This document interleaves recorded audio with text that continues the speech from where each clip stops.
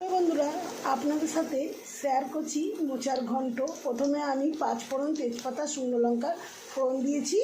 তারপর ফোড়নটা ভালো করে ভাজা হয়ে গেছে, দিয়েছি পেঁয়াজ কুচি দিয়ে ভালো করে একটু ভেজে নিচ্ছি।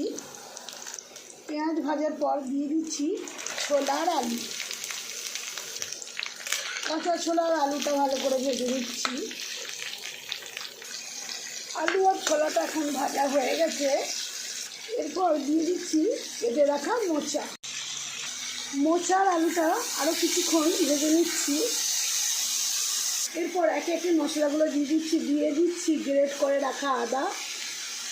আগে যেহেতু একটু নুন দেওয়া ছিল, স্বাদ মতন দিয়ে দিচ্ছি নুন, দিচ্ছি হলুদ গুঁড়ো,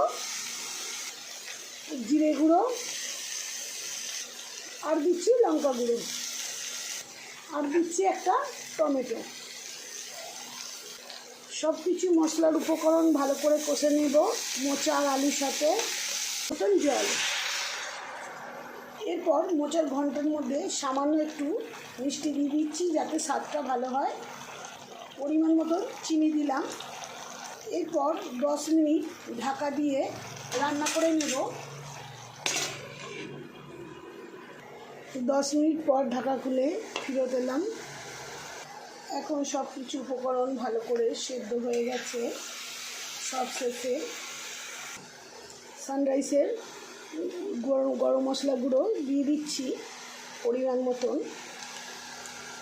আর সাথে দিচ্ছি ঘি।